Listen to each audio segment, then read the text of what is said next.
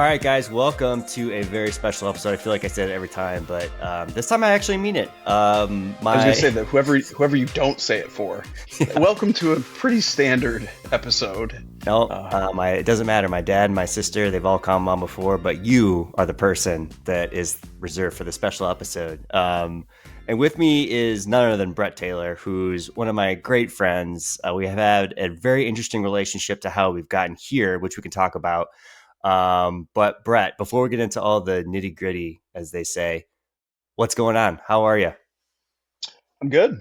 I'm all right. You and I were chatting before we started recording, and it's like, it reminds me a little bit. It's only the two of us, but like, it reminded me a little bit of pandemic times and doing like the virtual get-togethers, and everybody gets a drink, and because you and I live at a distance, but it's nice to see you. So it was, regardless of the podcast, it's just good to see you, good to chat. You as well, man. Yeah, regardless of how this turns out, it's just good to chat. I might not even post this. We'll probably delete the whole thing, honestly. Um, but Brett is a very successful blogger, as they say on the onlines. He runs a site called bleachernation.com, which is obsessively focused on the Cubs, I think, as you would say, Brett. You ventured into some other sports like the Bears, the Blackhawks, some gambling stuff. No White Sox yet, though, correct? So it's funny. I don't. I don't run the site anymore, by the way. Right. Like officially, but in relation to that, so Michael was my partner, he's now sort of the boss of Bleacher Nation, but we've been acquired by a bigger company, and the boss of that company is a hardcore White Sox fan. Oh, no way! I didn't know that. And Michael has wanted to add White Sox. I'm totally throwing him under the bus. He's wanted to add White Sox for a while because I get it from a market perspective. Whereas I have resisted that for many years just because of the I don't personally have any animus toward the White Sox or their fans, but there is that potential for culture clash of like it's known kind of as a Cubs site, and you don't want to be seen as like adding White Sox stuff just to as a money grab.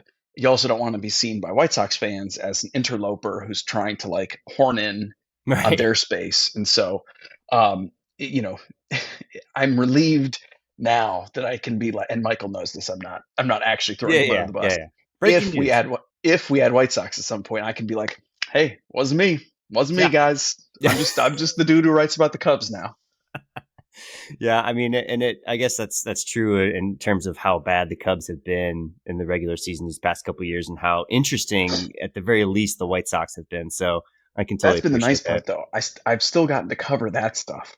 Like it was quite a blow, quite a blow to my content strategy when they let Tony La Russa go, because boy, did I love writing about him, his many travails. Oh my God, what an octogenarian in charge of the White Sox. I know you've written about it extensively, but that was a very interesting hire. But at any rate, Brett and I, the reason why we even know each other is because I gotta think it's back in like 2013, 2014, somewhere in that range.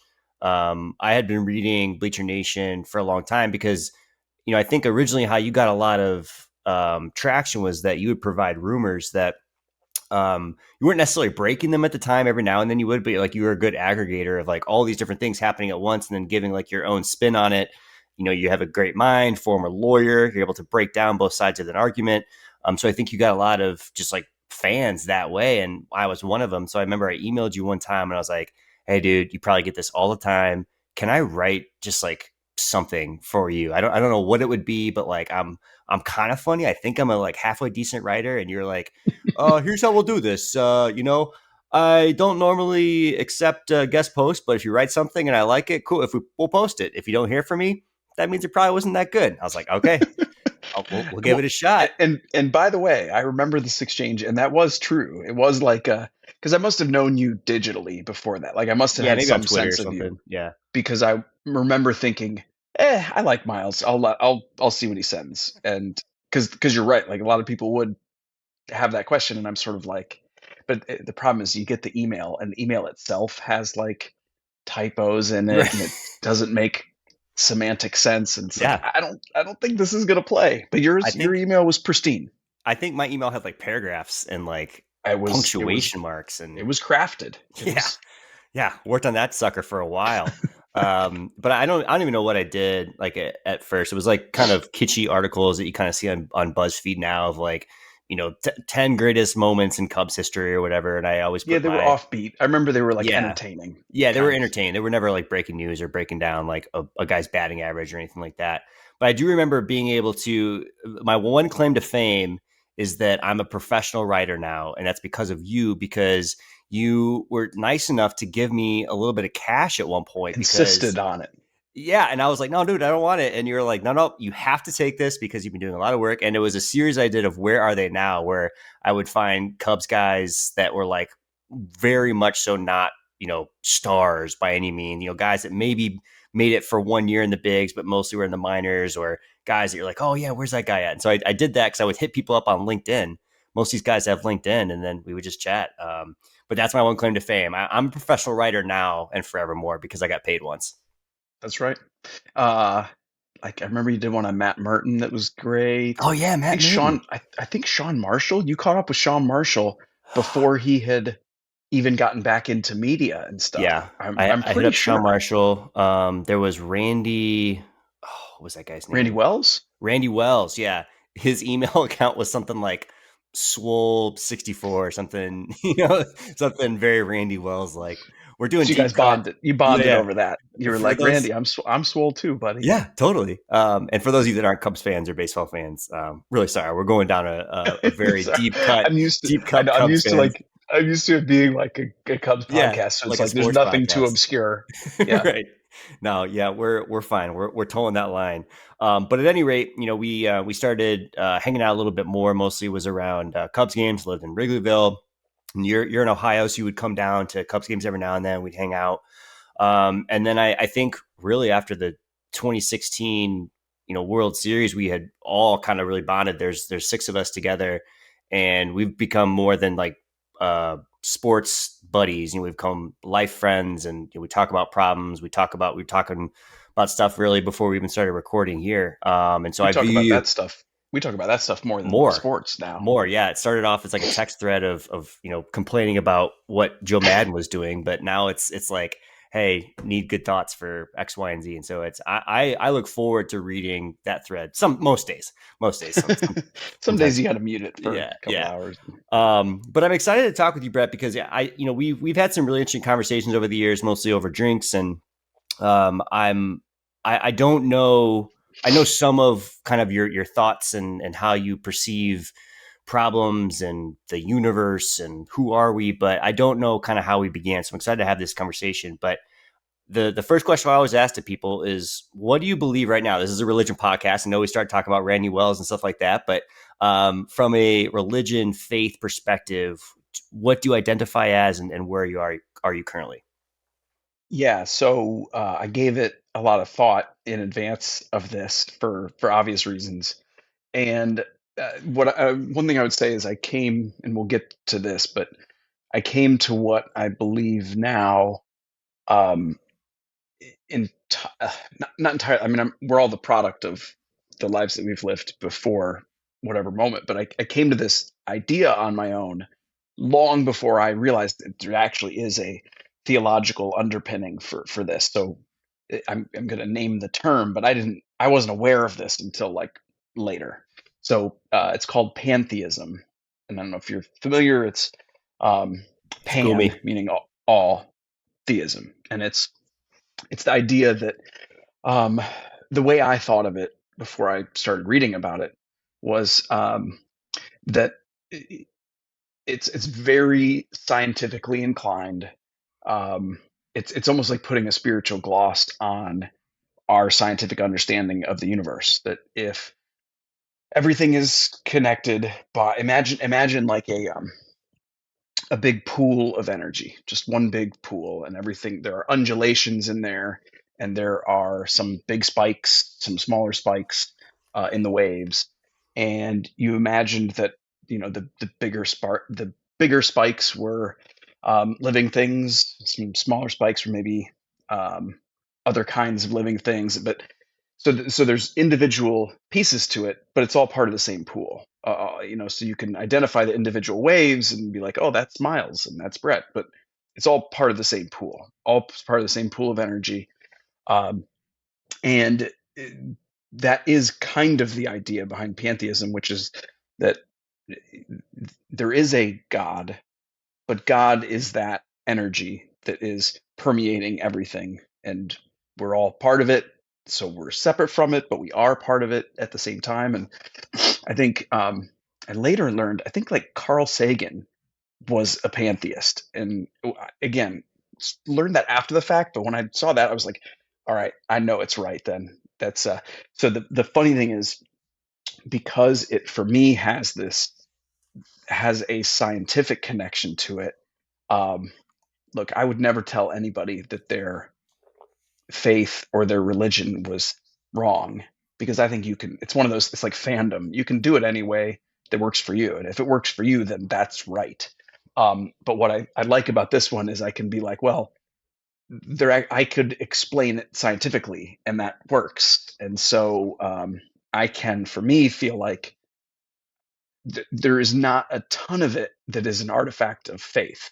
A lot of it is just, well, you know, uh, it aligns with our understanding of the universe anyway. So that sounds pretty good to me. And that's kind of what, I don't know, that's kind of the gist No, of I like that. where I'd say I am now. Um, but also, so mostly I'm just, I do a lot of reading on space, and um, we were talking about Nerd. that before. Yeah. um, in large part because, I mean, it's interesting. It's just very interesting. Uh, but I also am pretty certain that this this go as Brett is going to end, and then I won't get another go as me. And so, why would I not want to try to understand as much about the universe as possible while I'm here? And so it's that's why I'm interested in it. But also, it does feel to me almost like a religion at this point. It feels like I'm going to get as close to God as I can just by understanding as much of the universe as I can. Um, that just it just makes sense to me. Um, and yeah, right. I like that. No, I mean, I think that there's some comfort in understanding what that is for me because of that faith aspect. I mean, you're almost taking out the faith aspect and saying I'm going to replace it with science because you can explain it, versus faith is literally the unexplainable and that you're just following on belief. So I could totally sympathize where that view is coming from. How did you get to this point? I mean, I know, we've talked before, and I think that you mentioned you grew up in a pretty religious household, right? I mean, Yeah. what faith did you guys grow up in? Did you have brothers and sisters? Was a family all in it? Walk us through that. Yeah, so I grew up, um, I guess this is related. So, my both my dad and mom had had previous marriages before they got together. My dad had had a couple kids in a previous marriage so they're my half siblings, and I don't really know them that well Oh, okay. because subsequently my dad married my mom. Those two kids lived with their mom. My dad and mom had me and my full brother, and that's who I grew up with. But then our dad died when I was 11, Hmm. and my brother was 13. And so because of that, we didn't really have that connection anymore with his other kids, our half Sure. siblings. And so um, then my mom subsequently remarried. She married a super nice guy who I was older at that point. I was like 16, so it wasn't quite like a father son relationship because I kind of was Right. past that. But he's a super nice guy, but very religious. He and my mom really solidified their traditional Christian borderline fundamentalist, I guess I would say. And Um, how old were you when you said 16 when they got this was six, together? yeah. And so So anyway, before you were 16, was there yeah, any I religion? had grown up. Yeah, Okay. I had grown up in Okay. a Christian house that was Got it. not.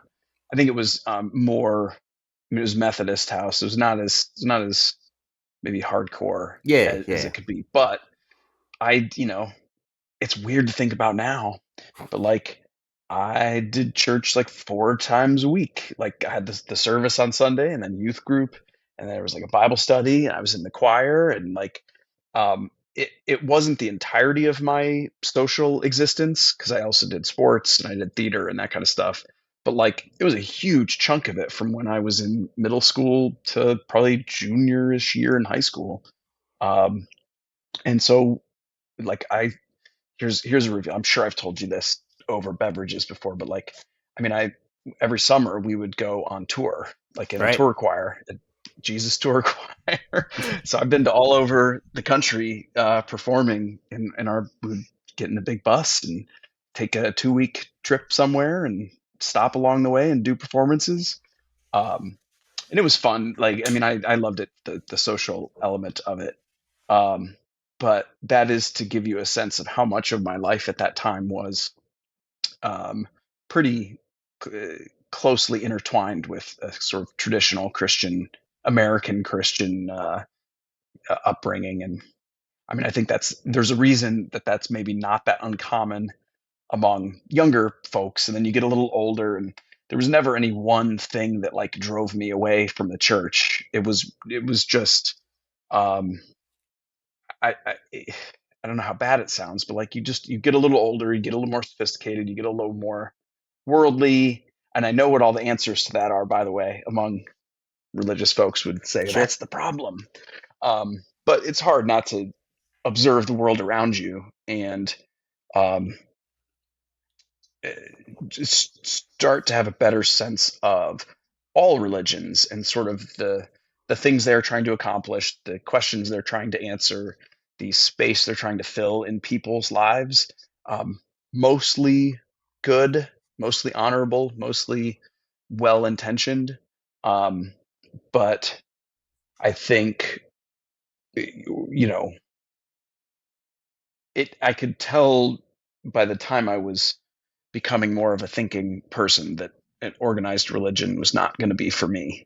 Um, which, yeah, I hate how that sounds because I have so many folks who do have a religious bent that helps guide their life in a very positive way, and I have those people in my life, and I don't think a bad thing about it at all. But hmm in large part because what I believe is that it should just be a positive force in your life, whatever it is, whatever that faith, spirituality, religion, as long as it is improving or helping you, guiding your life, and not inflicting anything on anyone else, then God bless, so to speak. And but anyway, so that's how I sort of, and then I started doing more very like cliche college bros, like I'm going to read more philosophy stuff and I'm going to read yeah. about other religions. It's always when it starts, And right?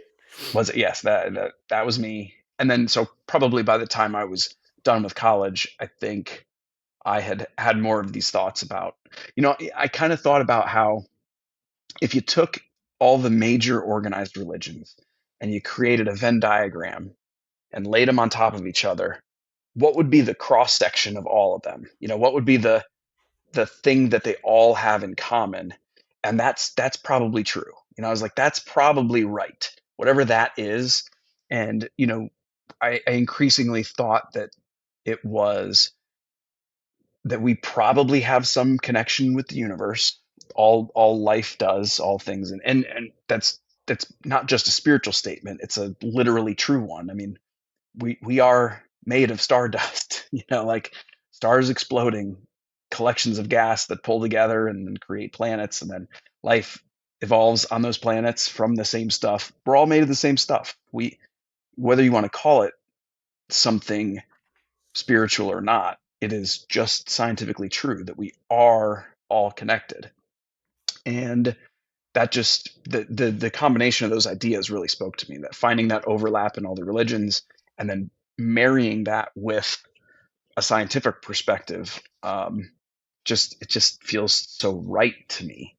Right. um, Especially because it's like Because then once you see it that way, at least for me, I do, it becomes very easy to um, just want to treat people well and want them to treat you well. Like it ends up becoming just a golden rule situation because you realize we're all just trying to we're all just trying to do the same thing. We're all just trying to live this experience, um, and uh, not everybody's road is going to be the same. And yeah, I don't know. I feel like it fills me with a lot of what's that called? Grace for different people's experiences. That like I have a lot of privilege to be able to even contemplate these things Hmm. because of a lot of ways my life has gone, and I don't know that everybody has that same privilege, and so that's all the more reason, like, not to judge people for how they choose to live their lives in terms of like what their religion is, their spirituality, any of that stuff. It's all good as long as you're not hurting anybody. It's all Yeah. good. Well, I mean, and you've talked a lot about that sentiment of not hurting somebody and allowing there to be other answers to a very large question that a lot of people have, which is what is this? What is this thing all about? So you as a 16-year-old when you're doing these, we joke about the church choir traveling things, and I know I give you shit about that every single time I see you when you bring that up, because I just think it's so Jazz funny hands. just to imagine you doing jazz hands all over the place. But when you're doing these things, and like obviously there's a fun component, like you're probably hanging out with friends, you're gonna meet girls and like have like that more intimate feel outside of school. But was there any sort of that contemplation at that time, even as a kid, of like what do I actually believe and what am I taking with this, or was it just more of like a social thing? Yeah, I mean, I think I well,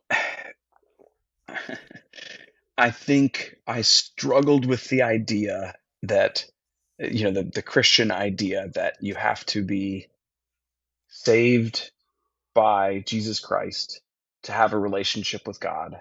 I thought it doesn't make a ton of sense to me because there's going to be huge swaths of the world that realistically would never have that opportunity to we of a Christian faith, your kids are born, you're expected baptize them right away, raise them as Christians, and this is their one path, right? Well, dude, they're doing the same thing in other countries around the world with other religions where their kids are born, they are raised a certain way, set on that path, and you're really going to tell me that what God is going to be like, shit, sorry, bro, you got to burn in hell because you didn't. I mean, and I understand that I know the answers to these things because I lived in that world a very long time, and it's an article of faith. It's not logic. You shouldn't apply human logic to these divine concepts. And hey, maybe that's right. Maybe I will be in for some trouble when my time is up because I used the logic that God gave me. Uh, Boy, that wasn't very kind of him, but so I struggled with that even at that age. I thought, and that's where I started to try to toy around with this idea that like maybe all the religions are right. They're just right in different ways. And there just have, unfortunately, through history, been some really shitty people who have taken those concepts in the wrong directions. But that doesn't mean that Jesus was wrong. Doesn't mean that the idea of God is wrong. Doesn't mean Muhammad is wrong. Doesn't mean even Eastern religions. Um, but it it at the, I believed some traditional things for a while about a classic concept of God, and I thought of myself to be having conversations with God, prayer, and thinking of it as a two-way street. And I think I still, even now, I mean, I'm 41 now. I still pray every night when I go to bed, but it's a different experience now where it's more of just I'm just putting out my thankfulness into the universe Mm, of saying, I think back to my day. I'm like, I'm really thankful that this happened. I found this to be really challenging. I'm hopeful that tomorrow this will go well for my daughter or whatever. And it's, you know, it doesn't really matter if it is prayer or not, because it's really just about my own sense of connection with the universe. And, but it was born out of that habit of like as a kid, you pray every night. Right. Um, When you were growing up, I mean, were most of your friends Christian along with you, like especially in the high school years? yeah, some like so I had like my church people that literally was my church group, but they weren't necessarily the same folks that I was in school with. Where I actually had a decently wide range of perspectives because there were uh, different different ethnicities at my Hmm. school from different parts of the world where like your standard religion would not be Christianity. So I'd get that perspective a lot. But then also I did so much theater that you get exposed to a whole lot of uh, kids who moved away from the church a whole lot earlier, and so I got a lot of different perspectives early on in that, just to be like, huh, they seem happy and they seem like good people, and they're not. Oh, they don't believe in God. How is that possible? Um, but yeah, haven't thought about that in a long time.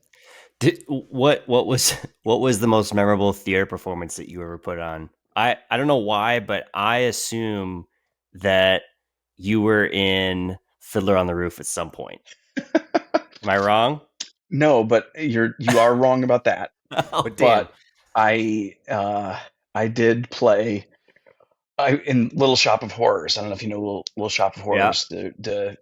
The old guy who owns the shop that the Hmm. main guy Seymour works at. It's like an old Jewish fellow, and so it wasn't Fiddler on the Roof, but I did play an old Jewish fellow in uh, Little Shop of Horrors. It was the Scarecrow and Wizard of Oz, and so that was cool. Uh, yeah, I mostly it's probably what you would think. I mostly had like really campy parts where I had to like overact and be funny and not I never really got any serious stuff, which was a bummer. I Yeah. wanted to I wanted to show my chops, but I never got to show my chops. Well, look, man, you're still a young guy. There's time. The Tony is still out there for you, maybe somewhere. Um, so you mentioned kind of offhand that when you went to college, you started reading up on more philosophy things. I mean, when you were entering college, were you still like, I'm a Christian, this is what I believe, or had you started to kind of question some things? No, I would say that was already. I think I was in the phase where you're only a Christian to the extent that you have a little bit of fear that you might be wrong. When And did that so, happen? Like, when did that change happen for you? Do you think? end of high school, um, I think I just felt, especially as I knew I was going to be moving away and going to college, I just think I felt that push away from the Mm, church, that I was going to be leaving my family behind. I was going to be leaving my community behind, and it was like I didn't feel that same pull to be there anymore. I didn't feel, all these things that we've already talked about. Like something that just didn't feel quite right to me, and so I don't know. I think maybe this is putting too much of my older self on something that I didn't think that deeply about at the time. But like it's a natural time. You're going to yeah, go off to college, live on your own. And it's like, you know what? No, I'm going to reset my all of these things I've been told to believe and really try to live whatever it is that I feel like I'm experiencing. And I'm going to drink a shitload of beer and smoke some pot along the yeah. way. And that'll, I mean, I kid, but like that That's what it's all probably does, about, too. I mean, well, honestly, like that probably does have an impact, right? Because you yeah. start, well, because like if you grew up like Christian like that, you're doing things whoa, I wasn't supposed to be doing this, Like, you and then probably you're didn't like, drink in high oh school. You probably didn't smoke weed in no, high school. Yeah, yeah, I was no, the same way. Yeah. and it's like, oh, this is kind of fine. Actually, it's kind of fun, and Yeah. then I think that's just an example of, and other things that really bother me, like so surprise in the theater, a lot of gay people in the theater, and so I What? would meet. You Yeah, no, kidding me? shocking. I was at Oh my true oh my story among gosh. the like core. I went to a big high school, over 2,000 people, and in the core theater group of us that like were in every show and all these things, I believe I was the only straight guy. Yeah. Like I was it. And which was not bad, by the way. It's I good. mean, you're There's dude, tip out you there for. you landed in the perfect spot. Absolutely. Oh my Atlanta. I And hope so that was one of the ladies in the opposite side was probably your wife, Gretchen, right? I met her in college. Yeah, and Oh shoot. Sorry, Gretchen. yeah, yes, but I did date a bit. Uh, and so I was going to say, and so anyway, you get to know more different types of people that you've grown up being taught are like wrong and bad and all these things, and it's like, no, pretty sure they're just gay because that's just how they were born. And again, I don't think it makes sense for someone to be punished for how they were born. And That's actually an interesting thought, though. I mean, because when I learned about the the the sin of homosexuality as it was taught to me, I don't remember meeting or knowing any gay people. And if somebody said that they were gay, I'd be like, nah, they're not gay. Like, there's no way, right? But for you, like you are confronted with that probably on a daily basis in practice and rehearsals and all these things. I mean, how did you just kind of brush that aside, knowing that like my church is teaching one thing, but I'm hanging out with these people that are great? How did you rectify that, even as a kid? I mean, it's got to be kind of weird. honestly, and again, I'm not trying. I don't think I'm whitewashing my past in terms Yeah. of like what I thought at the time, but I feel like I remember thinking instantly like, okay, this person is two things at once. Obviously, he's definitely gay and is very convicted in that. It isn't like something they've just decided, yeah, I'm going to try this out. I'm going to try these pants on today. It was just sort of who they are, Hmm. and it just did not make sense to me that there would ever be anything wrong with that. Like that would be at some cosmic level bad and wrong. Like, and now I think about it purely from like a biological perspective, where Yeah. it's like, of course, most people, most humans, because we're just animals, most humans are going to be straight because that propagates the species. That's genetic. That's whatever. But in any population of animals, there's going to be some folks who are gay. Like that's just reality. And so, don't even get me started on that. That it so much of the culture wars of our at our age for our life has been LGBTQ Right. issues, and it really really makes me angry, and it is under the banner of like, so it's held out as like, well, you know it's about family and it's about like keeping kids safe and whatever the fuck that means. I mean, I've no. Oh, can I curse? Is this Yeah. sorry. Curse away. I'm gonna beep beep beep beep beep. I You just but in you just reality, all you're doing is creating more work for me when every time you curse. oh, okay, But if the word needs a curse word, like I want to have it. You know what I mean? have the Like I bleep want. there. Yeah, yeah, I Yeah, got yeah. I want the emphasis in the right syllable. you.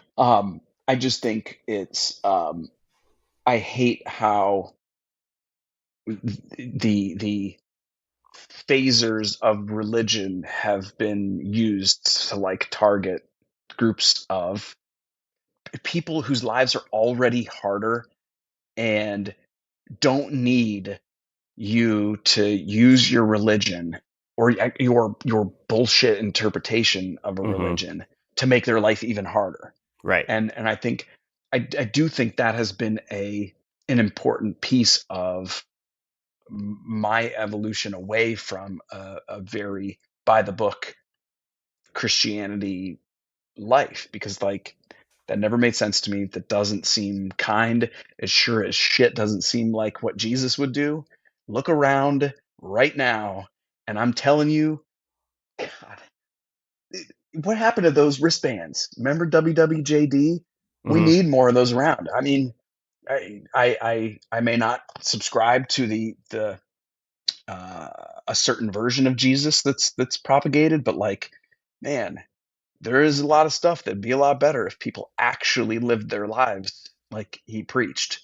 And Just sounds like you really don't like white Jesus. I don't yeah, know. That's my I takeaway. so I do find like the historical concept of Jesus to be really interesting. And Yeah, I do too.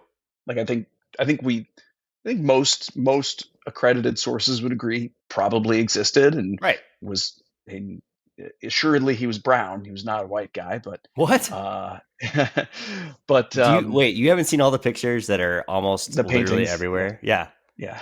dude was white.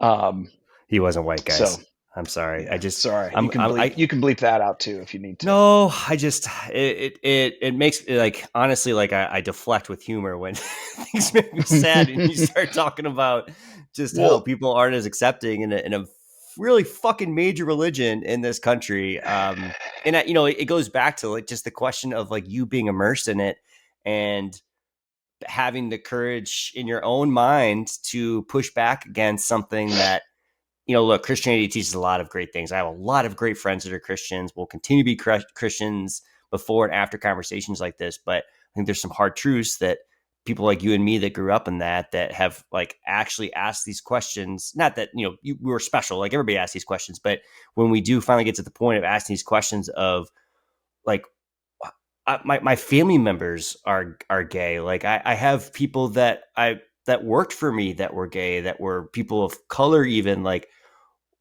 where is this sense of love and understanding and like that's where I get passionate about it. And so um yeah, I mean I totally I mean I can hear that even the emphasis in your voice when you talk about it too. I mean it's just it's awful, that part of it. well, all these things that we're talking about are it's one thing when you're talking about them in an abstract way or a very personal way. Um, it's like what I was saying about that if you're not hurting anyone else, great. If your religion gives you that comfort, gives you that peace, gives you the moral guidance that you want for your life, love it. Great, do it. But it's when you're imposing that on other people and you're making their life worse. I got a problem with that. And I think that would probably be true in other countries with other religions that are the, sort of the dominant force. I only know the world that I'm in, where I grew up, and of course, we know in the United States that's a certain type of Christianity, and it sucks that the not the religion necessarily, but the situation that's Yeah. been forced on Well, the rest of us. And and you know again like there's some Christians that believe that you know homosexuality is not a sin. There's a documentary that just came out that talks about how it wasn't even in the Bible as a sin until the 40s. So I think there's at least a conversation to be had there. And um, you know, for you as you think about life coming from high school into college, I mean, was were you thinking about any of this stuff after that, or was it just kind of in the rear view? This is something that I used to believe. Because the reason why I ask these types of questions is because I think I see a lot of parallels in terms of how we got to where we are today in terms of what we believe and what we believed before, where it's like I was so scared. My sister's the same way of saying I don't believe that or that's not okay. And I feel like I'm getting some hints from you as well. Like there was some fear there. And if we don't think about it, we don't have to think about it unless you're confronted with a buddy that has a podcast and you get to talk about it. dude, 100%. Probably there was probably a 10-year window post college and then before kids where I just didn't think about it. Mm, Like I just didn't, I'm sure it was because you're it's imprinted on you at such a young age, like what's that the that what's right. So like we know, don't kill people, right? That's right.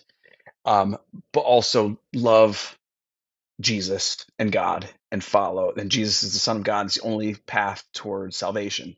That those are the same level of rightness. That's imprinted on us from such a young age. That both of those things are equally important and right. It becomes very hard to discard that as you even as you get older, and even as you are fully brain developed at 25. Um, and so I think I did just kind of not want to think about it because I didn't want to be wrong. Because let's let's admit this too. A huge component of organized religion is to build around the idea of what happens after you die, because it's the Yeah. ultimate thing that we as humans can't know. It answers the And question and provides comfort. exactly. And I get that. I get the desire for that. Yeah, how could you? Yeah, there's no sane person that would ever be upset about, like, it makes total sense. Yeah. And so I just, yeah, didn't want to be wrong. And I knew that, like, I think I remember learning that, like, every every sin is forgivable except for the sin of knowing the right path and choosing to cast it away. Right. And Right. I don't know if you've heard that, but I'm gonna inject some more of that scare. So be careful, Miles. It'll be you and me in hell, the only people in hell, because the only unforgivable sin is that we knew what we were supposed to be doing, and we were like, no, still not gonna. Our hell Um, is just going to be having to watch Nick Magical every year, and then knowing, but big getting throws. getting a hope of, like, hey, we're going to be able to sign like a really top end free agent, but then it never happens, and then Nick Magical just comes back the year after year after year.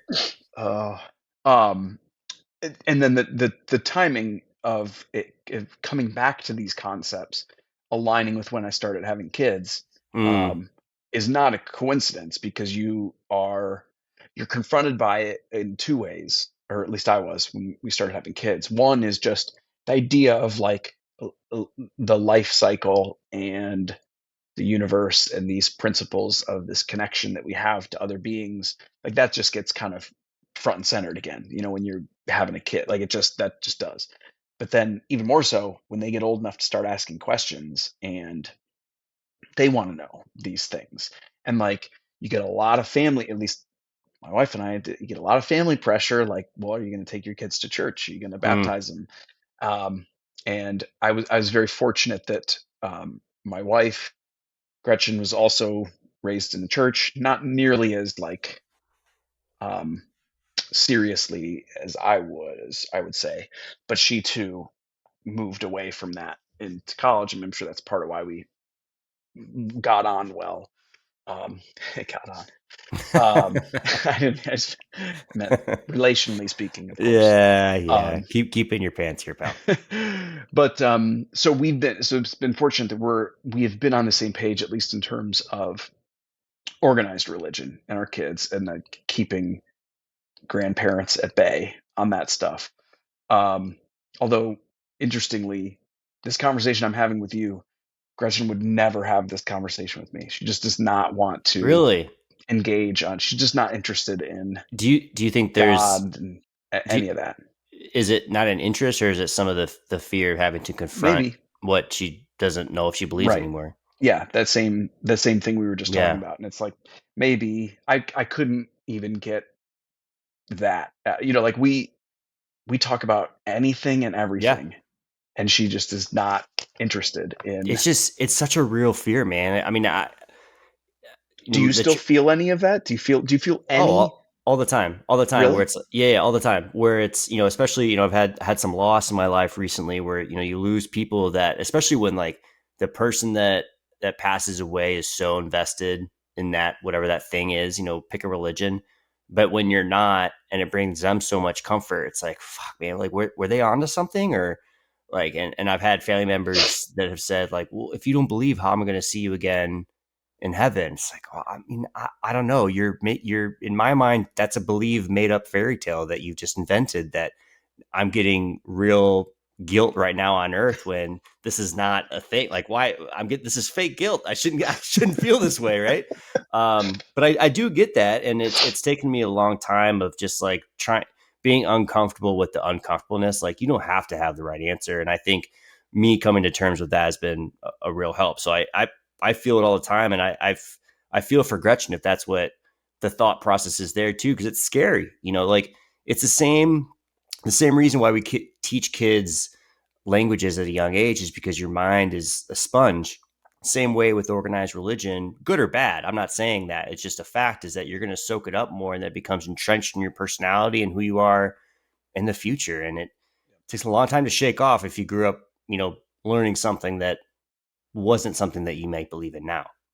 And that's also why I hope I'm not wrong, because I'm definitely imprinting a lot of this stuff on my kids now. That like, Yeah, so talk I'm about that. very Like, care. how do you talk with how do you talk to them about questions that they might have or religion I mean, do they know about you being a Hmm. Christian? Or what's Yep. that relationship like? Yeah. So it's a couple things. You meet them where they are. Some kids are ready to talk about certain things at certain ages. Some aren't. And I've had such a strong interest in science that we end up engaging on a lot of that stuff, because they're interested in it. I'm interested in it. We're listening to podcasts together, digging into that stuff, and it invites conversation about religion. It Hmm. just anything that you're when you're talking about this stuff, um, it necessarily brings it up. And also, they see religious stuff on TV and movies, and 90% of their classmates, because this is, by the way, a lot of people like us, when they've moved away from the church, when they have kids, that's when they come They back. come back. That's what my And dad that's did. a, yeah, total normal thing. And in a lot of cases, it ends up being great because you find a new community. Um, Organized religions are, in a lot of ways, great starts to that moral compass. Hmm. They are. There's a lot that we don't like, but, um, and so my kids are certainly hearing it a lot. And I just speak frankly with them. I'm like, yeah, there's some people believe this, some people believe this. Here's what this looks like. Here's what this looks like. Um, and I understand, because of the sponge idea that you were talking about, that like, if I don't raise them a certain way, it's highly unlikely that they're going to be 25 and be like, you know what? I think I'm a Christian. I think I'm really going to buy into this. But then I think, wait, doesn't that tell us something? Like, if it's highly unlikely that if you grew up in a completely agnostic, science based house, if it's very unlikely that then when you're 25, 30, whatever, you would find religion and be like, whoa, I am buying into this completely. I kind of feel like that's telling us something. Like, if either you get it imprinted when you're a kid or it's not going to happen. I don't know. That's not a great sales pitch for a particular religion if it's not appealing to adults on Yeah, its own I would merits. like to see the statistics, like some actual empirical data around that, because the only reason I say that is because I know people that have done that path of, like, they wake up one day, they're like, oh wow, I think I believe in Jesus. And Oh, so sure. And they're looking for something, and yeah, yeah, yeah, and I just feel like I've seen it more because my dad was a pastor, and like you see people come in that had never believed in God before, and so um I I don't say a lot about positive about the just organized religion in general, but I don't know if I agree with that. that's fine. You Of can tell me I'm wrong. Yeah, you're fucking wrong. You tell me I'm on other stuff. You tell me I'm wrong all the time. So you don't have to be shy on it. I don't think I am, but it's you can That's tell me fair. I I mean, am. that's a totally. I mean, I don't know if I've ever thought about it that way, I guess, is the best I way to put suppose, that. yeah, I suppose it isn't to say that of course that it never happens. Right, And right. we learn about late in life conversions and all these things. I would expect, though, even among those folks, the majority of them had some exposure to that religion when they were kids. I guess the counterpoint Um, too is like it's the same thing we are just talking about of like, well, it's harder to learn something when you're an Sure. adult. Yep. You're right. You're right. So it's Think about fandom. Do you know how hard it is to become a yeah, fan of a right, team when you're an adult? It's right. really hard. Yep. Um, yeah. So, what was I going to say about kids? Oh, Kids, um, yeah, and then it ends up crystallizing more, or making you more interested in your own religion or spirituality, and right. it certainly has for me. Of just um, because having kids is hard, and in all in like ways that have nothing to do with them, but just like the life of having Yeah. kids is hard. It introduces all kinds of new stresses and worries and challenges into your life that will make you think about, like, what is all this, and what, like, just the yeah, what is this life, that what am I supposed to be doing, what am I doing right or wrong, that if even if there isn't a final accounting, this all matters, doesn't it? Like if a thing that I struggle with a little bit now in my current belief structure, where okay, if you accept that we're all part of the same pool, we're all part of the energy, and we're all just trying to experience life. Like the point of life is to simply experience it. Um, then that means there's not really anything that's inherently wrong or anything that's inherently bad. There are no wrong choices. There are no right choices. There's just the experience of it. Well, I don't think it's that hard to immediately be like, "Ee, that doesn't feel right," because like I have no interest in killing people, but didn't I? But aren't I saying that there's nothing good or bad about that? It just is, and yet I feel like I would never do that. So what's driving that? And that's of course a big example, killing, but like there's smaller stuff like you know loving people or um, just what you choose to do with your time in a day, and how you treat other people and all that stuff. It's like I don't know. I'm not going to get credit for it after I'm dead because I think it's highly likely that when I'm dead, the conscious part of me that however you define what Brett Taylor is likely going to be gone forever, and maybe the energy that's inside of me that's the connective tissue of all of us that'll recede into the pool and be part of it again, but I'll just be gone, and so sometimes you can't I don't think you can believe that and not sometimes get that nagging feeling of like, okay, so what does any of this matter? Like Right. why should I worry? Sometimes it works to my benefit where I'm like, hey man, stop worrying about thing X because like it doesn't matter because someday you're gonna die and this is all gonna be gone. So who cares? And that works a lot of time. Like, oh, that is very comforting. That is very comforting. But then sometimes it goes in the other direction where it's like, what if none of this matters?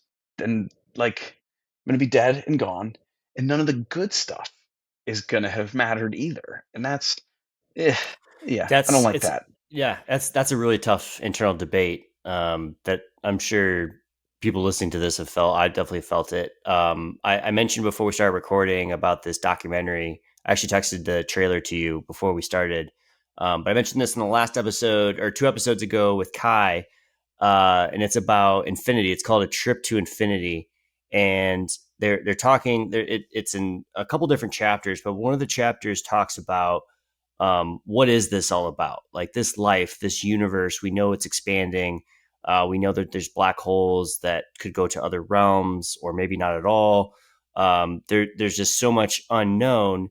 So, as a theoretical physicist, when that's your whole life trying to uncover the unknown, like humans are so insignificant in the sense of the other worlds, other universes, galaxies that are out there.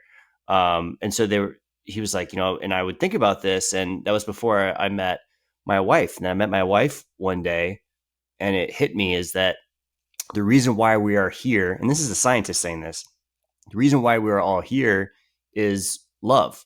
Love is unexplainable. There's no there's no ulterior motive to it. It is, and you either find it or you don't, and that is what it is. And it is so simple, and you could be shaking your head and laughing right now, but that hit me extremely hard because I always hear about these things of like there could be another universe with another Miles, another Brett, walking around. There could be alien life forms. We've sent out communications and haven't heard back.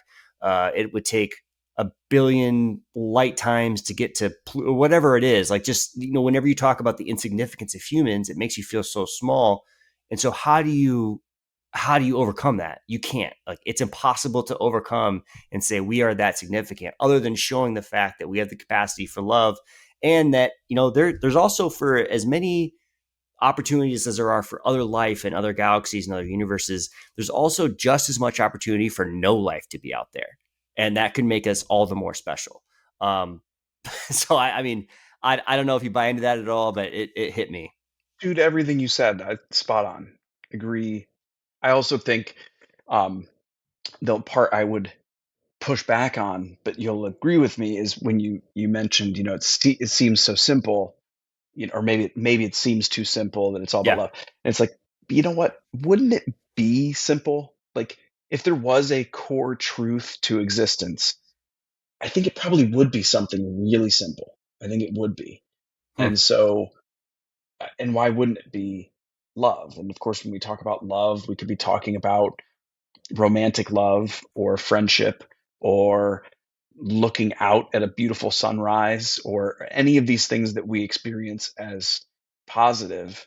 um, I feel like the way I currently like to think about it is, um, if I'm going to keep coming back to the pool, and if let's say that's right, let's say it's inartful, and I'm not articulating it well, but let's say that, you know, which by the way, if it is something like that, that would answer a lot of our questions about like dark matter and why the mass of the universe is wrong. Well, it's because there's a lot out there that we can't perceive right now. And maybe it has a little something to do with that connective tissue between all living things. But I'm not a physicist. So, but imagine that that is right, right? And there's all these peaks and waves in this pool.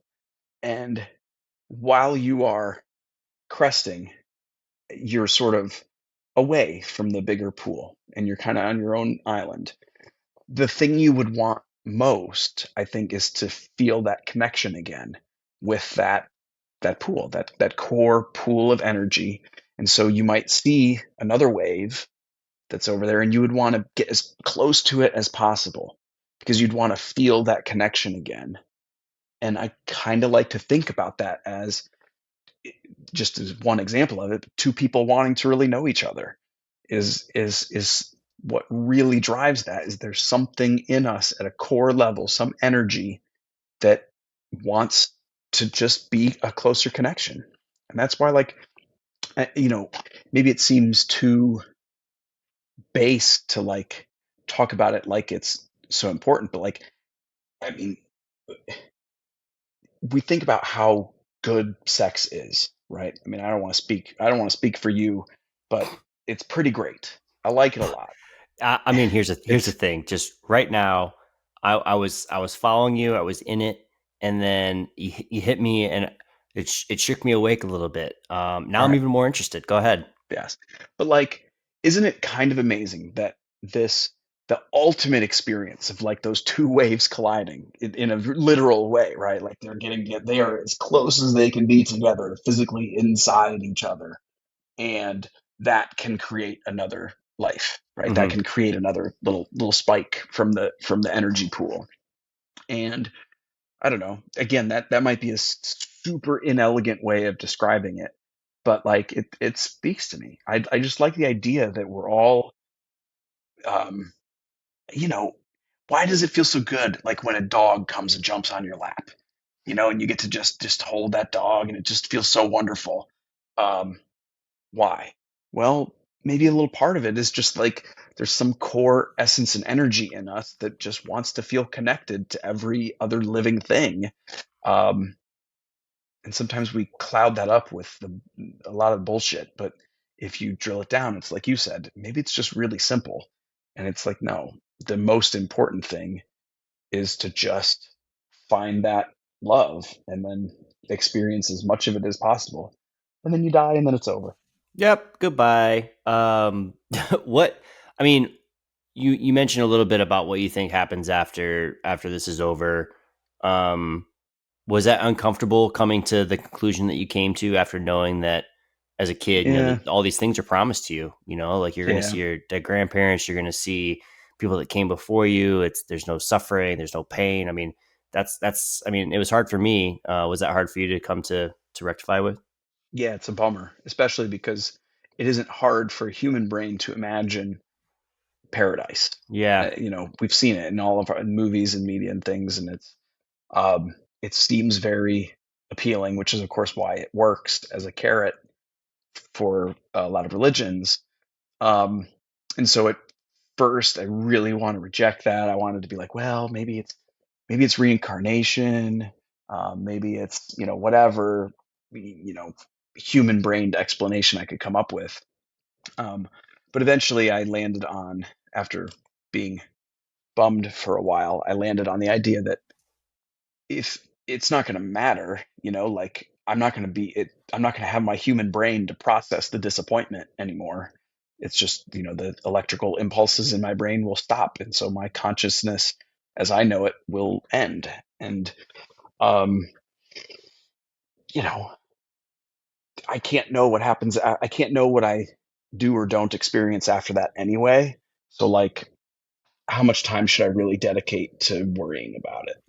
And What do you tell your kids? I mean, because that's, yeah, and maybe it's simply because I grew up in religion where death is talked about a lot in the afterlife and like that, like you called it, the carrot.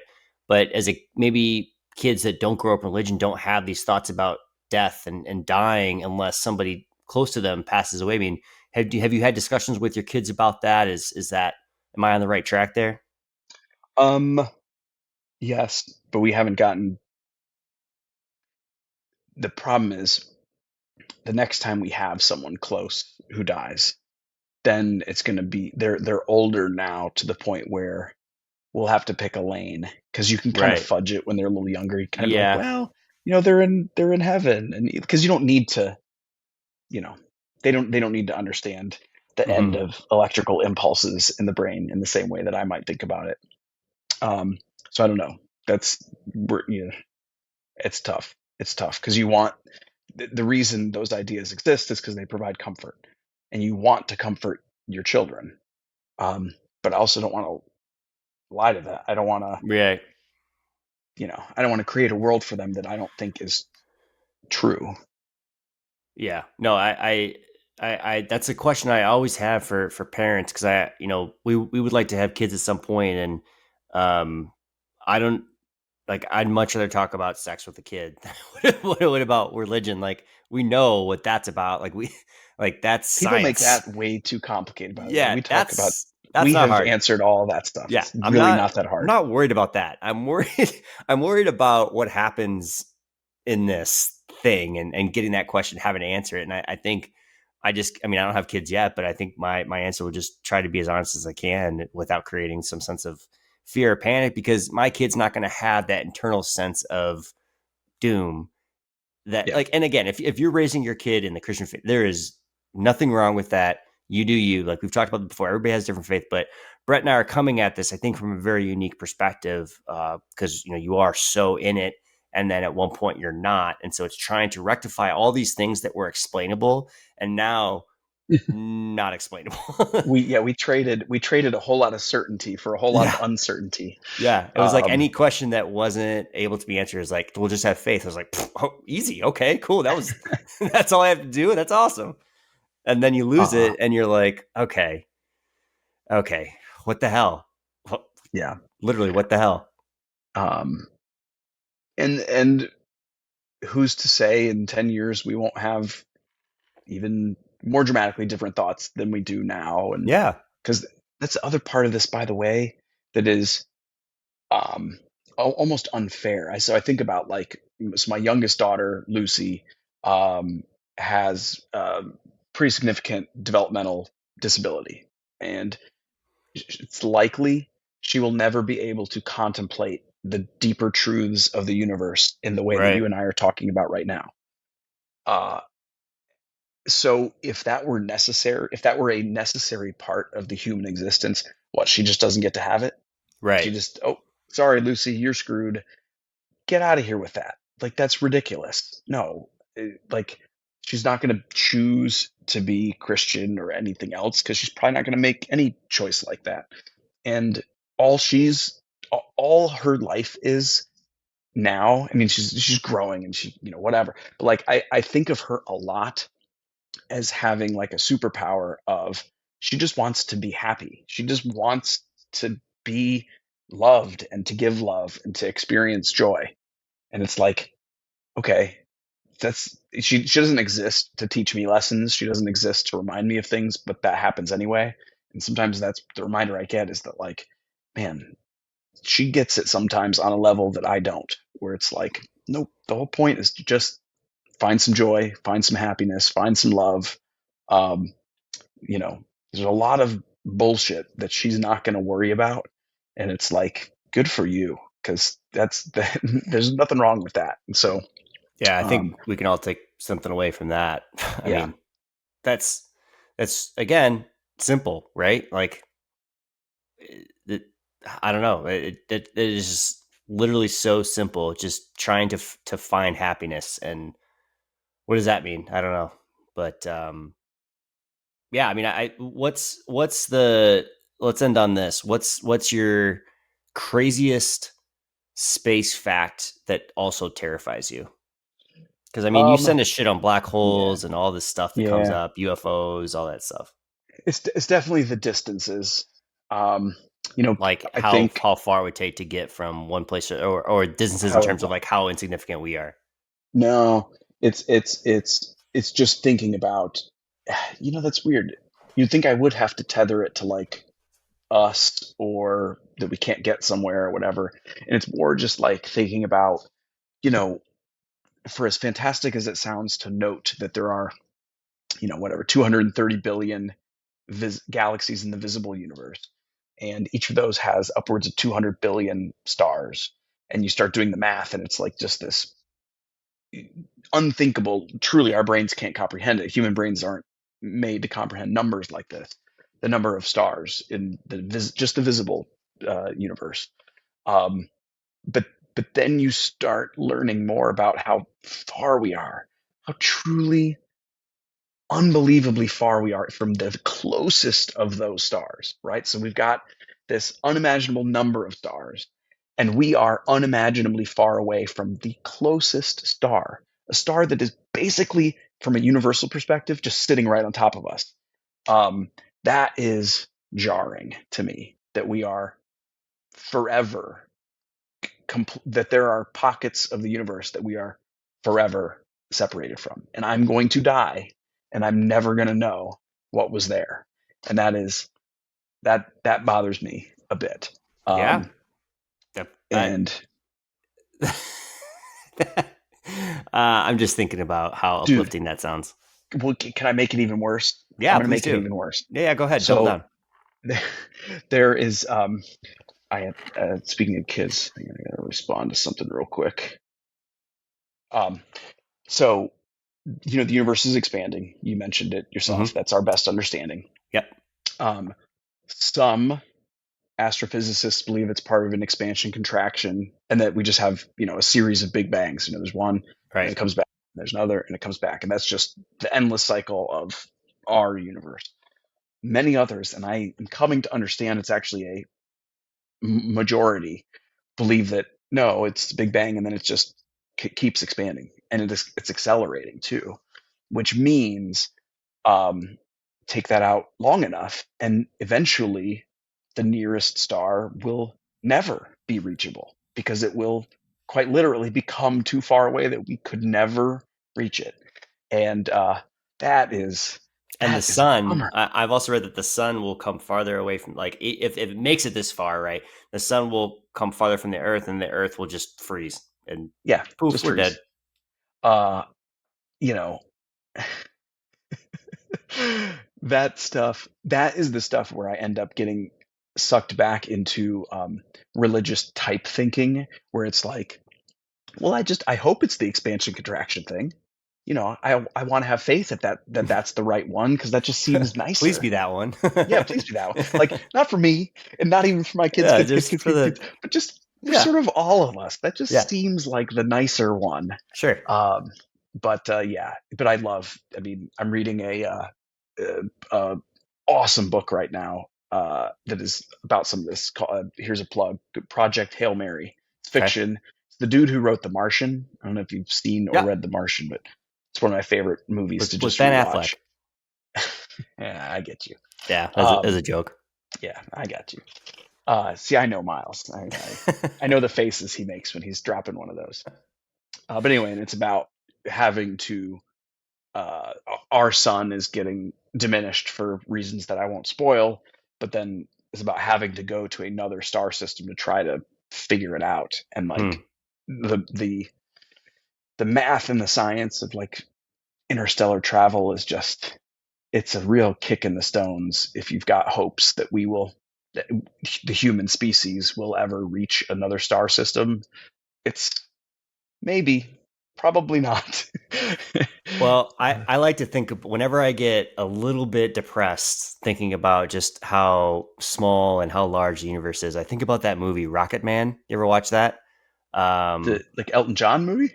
no, it's with this comedian. Oh shit, what was his name?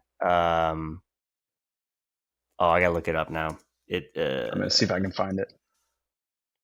Yeah, it's called Rocket Man. Harlan Williams, that's who. That's what. And so Oh, like, okay, yes, yes, yes. yeah, Harlan Williams, Bo Bridges was in it. Jessica Lundy was the female lead, and they have to go to Mars for something. I don't know what for what, but um, Harlan Williams uh pod, like they have to put him to sleep for like 7 years or something like that, and his pod gets taken over by the pet monkey that comes with him, and he has to like entertain himself for a bunch of different months. And it's just kooky. He's just on a spaceship, going through Earth, not thinking about all of the food that he's probably eaten that they need when they get there. But anytime I just need a little, real, just not a reality check, but like the opposite of reality check, just think about Harlan Williams and Rocket Man. Actually, you should I'll watch have that tonight. I'll have to check that out. That'll put me at better peace when I think about the fact that even if we solved the problem of like interstellar dust, if you're traveling at close to light speed to Yeah. get to the next star system, which you Yeah, would you have, have to do, yes. Yeah, you're going to get killed.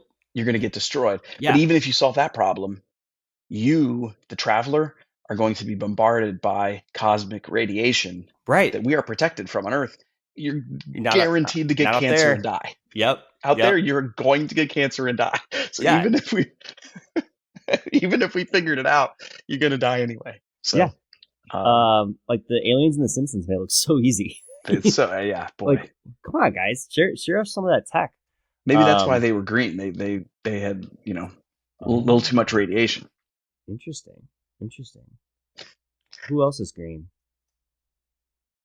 Hulk. Well, the Hulk would be fine because he's mostly gamma, and then Oscar the Grouch. So I think those are our, if we ever have to send people like That's why he's so out there, grouchy. yeah, we'll send the Hulk and Oscar. This Uh, radiation stinks. oh my god, he's got kid folks. Um, Dude, thanks for coming on. This is a fun conversation. I think out of all my friends, I think that you have a I don't want this to sound bad, but more of a fantastical way of talking about Oh well, the thank it, you. like whatever it is. And I don't mean that negative at all. I just mean like your brain is more geared towards like, okay, yes, we have problems on Earth and specifically in America that I like how we you put talked Earth in quotes right there. right? Like we've been talking Earth. about the universe, so but you also have this mind of like wanting to understand what else is out there, and it inspires me to try to go and like when I first watched this documentary of Infinity, I was like Brett would watch this immediately, and I was just like I have to watch this just to see what else is about, and it got my mind thinking, and you learn things every time, and I just appreciate for you for putting that little acorn in there to help it grow. I don't know why I use that analogy. That was the dumbest analogy I've ever said. My acorn to Yeah, help it grow. they do I mean, I in guess theory. that's just the Uh, writer coming out of me, folks. That's why yeah. I'm a really good writer. Well, I'm bookmarking Infinity Doc Yeah, you got right to now. watch that. A trip to Infinity. Yeah, Trip to Infinity. Yeah, Great doc. that sounds like my speed.